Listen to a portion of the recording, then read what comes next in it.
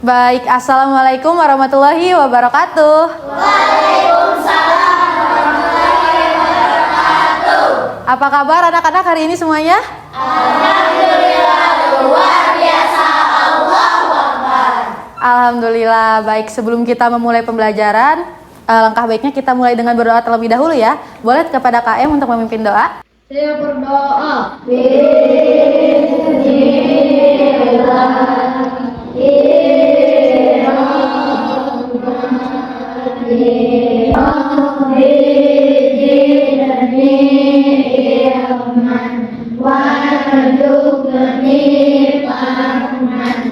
Saya memberi salam. Assalamualaikum warahmatullahi wabarakatuh. Waalaikumsalam warahmatullahi wabarakatuh. Baik, terima kasih KM sudah memimpin doa. Selanjutnya kita periksa kerapian pakaian anak-anak ya. Apakah sudah rapi dan sudah siap belajar? Ya. Sudah. Jangan lupa siapkan alat tulisnya juga ya, taruh di atas meja kalian. Baik, selanjutnya Ibu akan memeriksa kehadiran kalian. Siapa yang tidak hadir hari ini? Berapa orang yang tidak hadir hari ini? 5. Sebelum kita masuk ke materi, kita coba ingat lagi materi yang di pertemuan sebelumnya. Kita kan sudah mengenal mengenai AI ya, atau kecerdasan artifisial. Coba ada yang masih ingat tidak apa itu pengertian dari AI? Boleh tanya? Kecerdasan buatan seperti robot. Pintar sekali, gitu kan? Nah, betul sekali jawabannya dari Rania. AI itu kecerdasan artifisial atau kecerdasan buatan seperti robot. Nah, menurut kalian apakah kecerdasan artifisial atau AI ini bisa berpikir secara otomatis atau tidak? Ada yang mau menjawab? Boleh? Bisa Bu, karena AI itu Betul sekali. Coba tepuk tangan buat teman-teman yang sudah menjawab. Kita akan coba buktikan apakah AI itu bisa berpikir dan juga bisa mengolah data yang kita berikan dengan menggunakan sampah-sampah yang beranak kolam bawah atas meja hari ini. Boleh selanjutnya. Nah, tujuan pembelajaran hari ini tuh ada 2. Anak-anak diharapkan mampu menjelaskan cara kerja AI belajar dari data melalui 3 tahapan, yaitu pengumpulan data, pengenalan pola, hingga pengujian prediksi. Lewat contoh tadi pengelompokan sampah yang telah anak-anak bawa. Lalu tujuan pembelajaran kedua itu anak-anak mampu membuat klasifikasi atau pengelompokan data dari sampah ini dengan menggunakan Google Teachable Machine secara kolaboratif atau Indonesia. Coba kalian perhatikan gambar sampah ini.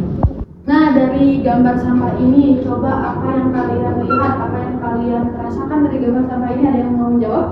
saya Bu, sampahnya banyak dan menumpuk karena tidak dipisah-pisah. Nah, betul sekali jawabannya. Sampah-sampah tersebut bisa menumpuk karena kita malas untuk memilahnya. Jadi sampah itu menggunung, menumpuk, dan tidak beraturan. Nah, menurut kalian bagaimana cara kita mengatasi hal tersebut ya? Apakah kita bisa memanfaatkan teknologi untuk mengatasi masalah tersebut? Ada yang bisa menjawab tidak? Saya Bu, bisa pakai AI. Nah, menggunakan AI katanya, tapi kita coba buktikan hal ini ya, apakah jawabannya benar bisa menggunakan AI. Nah, sebelumnya kita coba beri apresiasi dulu kepada anak-anak yang sudah menjawab. Kita beri tepuk tangan dulu. Nah, sebelum kita membuktikan ide kalian tadi, kita akan menonton video dulu mengenai cara AI bekerja atau cara machine learning bekerja. Nanti anak-anak coba perhatikan video yang ada di depan ya.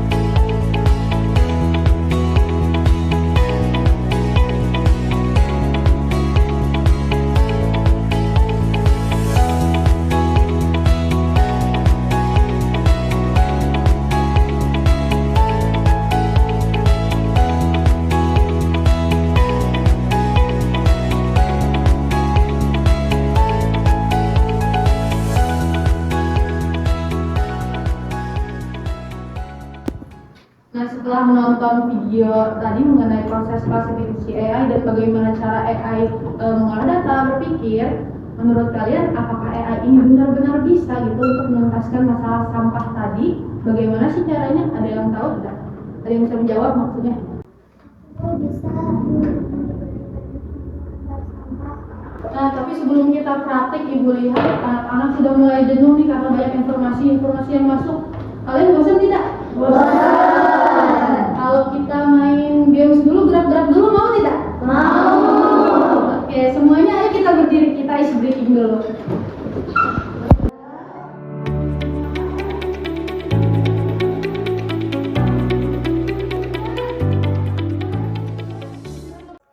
Nah, karena tadi kita sudah speaking, sekarang kita masuk ke sesi praktiknya. Menggunakan Google Teachable Machine ini, kita akan buktikan apakah AI benar-benar bisa membantu permasalahan kita.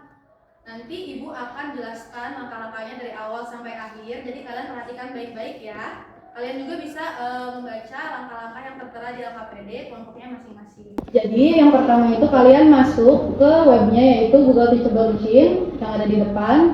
Kalian juga bisa sambil praktekin ya di laptop kelompoknya masing-masing.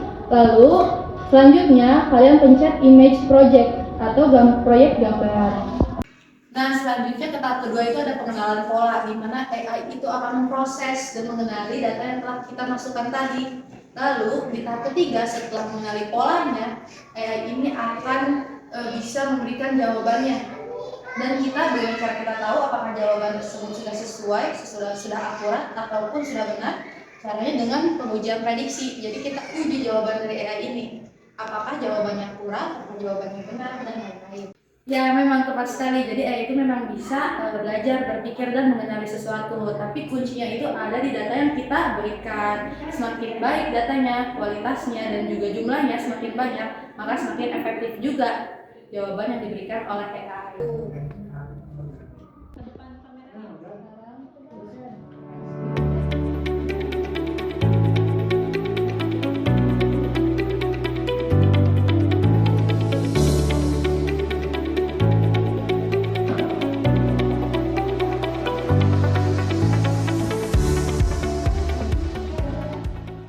Semakin banyak data,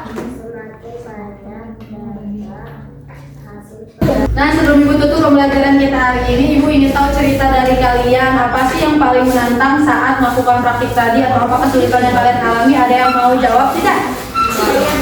Boleh. Gak apa-apa. Lanjut aja. Saat ambil foto biar hasilnya jelas. Oh, saat ambil foto, menarik. Selanjutnya ada lagi tidak?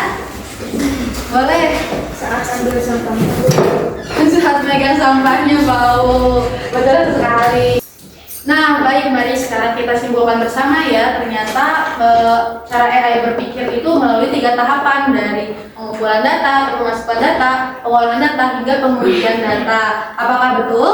Betul sekali. Nah, sekarang kita coba ingat kembali pertanyaan yang awal. Apakah AI bisa berpikir dan mengenali sesuatu? Dan apakah AI ini bisa membantu kita untuk mengatasi permasalahan sampah yang telah Ibu perlihatkan di awal? Apakah efektif? Tidak menurut anak-anak? Efektif. Nah, ternyata efektif ya. AI ini digunakan untuk membantu kita mengatasi permasalahan sampah yang ada di sekitar kita. Sekarang coba kalian buka HP-nya masing-masing, karena kita akan mengerjakan kuis evaluasi. Jadi nanti kalian akan scan QR yang ada di depan menggunakan HP masing-masing dan menjawab kuis yang ada di dalamnya.